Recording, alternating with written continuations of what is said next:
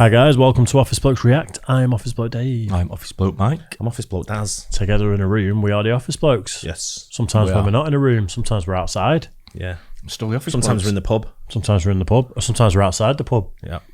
Beer garden. Sometimes somebody might be inside it, somebody inside it. Yeah. I think, from what I've heard, this all depends on you. If you're in tomorrow and around at lunchtime, but I think we might be doing our weekly podcast from the pub tomorrow. That was the rumour, and being Dave decided on Monday. Yeah. The rumour. You know what it is? I called it very quickly though. It wasn't hard to read. I know, yeah. You're going to the football, aren't you? Yeah. And basically just wanted an excuse to go to the pub earlier and get right, pissed and then leave us and then we go back to work.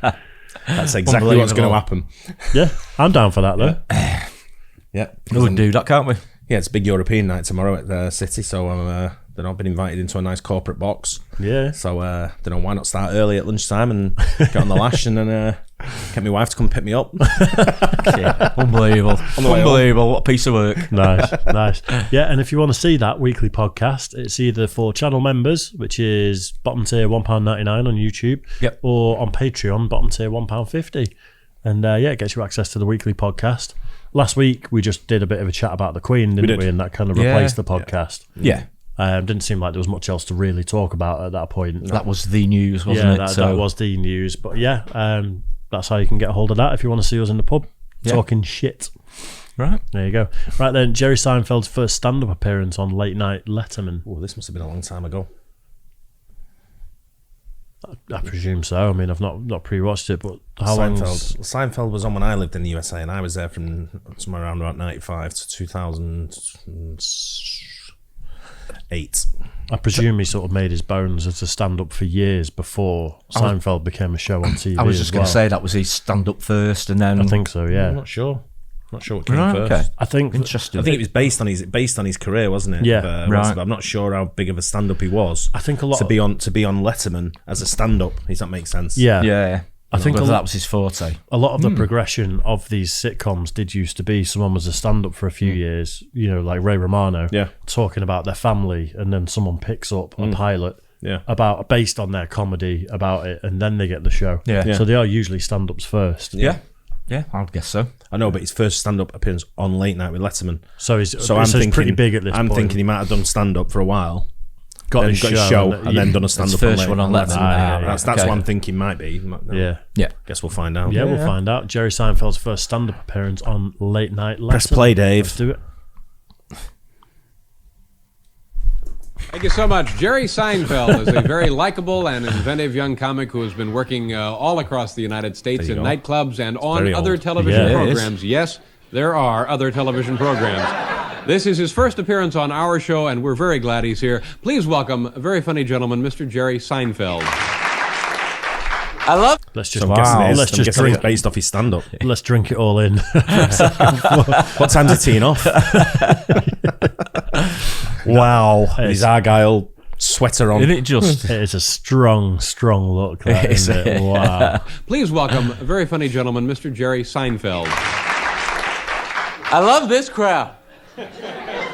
I love you right off the bat. I'm very glad to be here because, and I'll tell you exactly why. Because this is New York. It's spring, isn't this? Don't you feel it? Don't you feel it? That certain spring thing.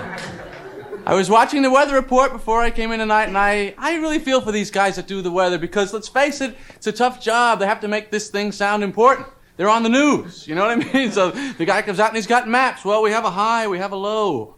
We have a front coming in soon. And then my favorite part, the satellite photo. Now this is really helpful, huh? What is that? It's a photograph of the Earth from 10,000 miles away. Can you tell if you should take a sweater or not from that shot? I wouldn't take that sweater. No, I was going to say, pick a different one. It's definitely like early. Very Do you know what I'm picking up on though? He's never really changed. I don't know enough of his current stand-ups. Yeah. The way he sort of moves his body and the way he talks and the style of his mouth and his movement and all that is very similar to when he ended. I think he's used to holding a microphone on stage though, because he doesn't know what to do with his hands. He's kind of been fidgeting with his fingers while he was starting. Yeah, maybe. How old do you reckon he is there though? Like early 20s. Oh, it's got to be, hasn't he? Yeah. He's very, very young. No idea. If I really need to know the weather, I watch Romper Room. The kiddie show, they lay it on the line. I mean, if the little Willie guy in the wall gets a raincoat, I know what's happening. I like it that way. I like it simple.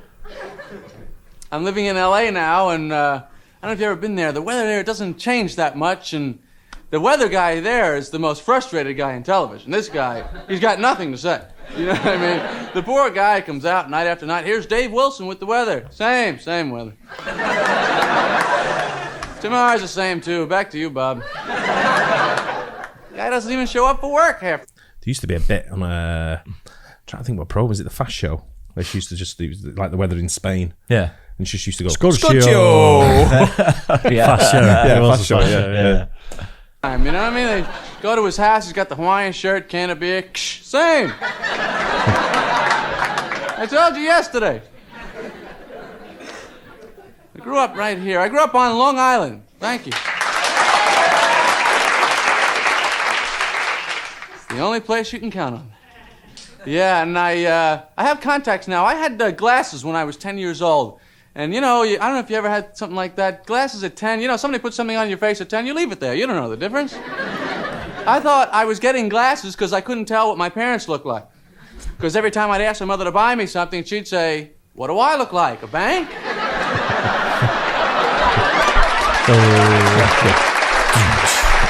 Definitely need a drum kit on this one. Yeah. And you know what I was thinking? I'll tell you. When you're 10, your parents are the bank. You know what I mean? If I'm 10 and I need money, could I walk in and Chase Manhattan and get money? The teller's just going to say to me, "What do I look like, your mother?" Hit the road, Four Eyes. I also had braces. I want you to get this picture now, okay? Glasses at 10, braces at 12. I was thrilled to have these things on my face. I mean, you know, you're thinking about talking to a girl for the very first time in my life. I want a lot of corrective apparatus on my head. This is what women like. I said to my parents, let's not stop now. Let's get me a hearing aid, orthopedic surgery.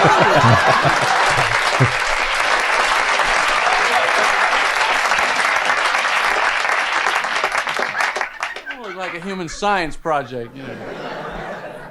Appearance plagues us, you know. All through your life, you worry, how do I look? I feel like I want to help sometimes. I don't know. Every time I go to an ice cream stand, doesn't this happen to you? There is always one tremendously fat person there, and I don't mean to be cruel. I want to help. Do you ever feel that? I just want to walk up and say, "Excuse me, I don't know you. Do you think you really need it?" It's unbelievable. I mean, there are limits of this that, you know, people have probed. Have you ever seen the Guinness Book of World Records, the fattest man in the world? This is unbelievable. According to the Guinness Book, anyway, the fattest man is Bob Hughes, 1,400 pounds. Jeez. Ladies and gentlemen, the man has let himself go. Come on, Bob, have a salad, do something. One light. I'm telling. I used to not even want to talk about this guy because I thought it might be offensive, you know, to somebody in the audience. And then I thought about it. You could be in the audience. You could weigh 1,000 pounds, you know, and still go, "He's not talking about me." This is a man with a serious weight problem. But I hope that someday, I'm hoping for Bob. I'm pulling for him. I want him to go on a diet, take off a couple hundred pounds. Do you realize 200 pounds does not make a dent on this guy? If you're a friend of his, what would you say to him? "You know, you look great, Bob. What are you down to, 1,200 now?"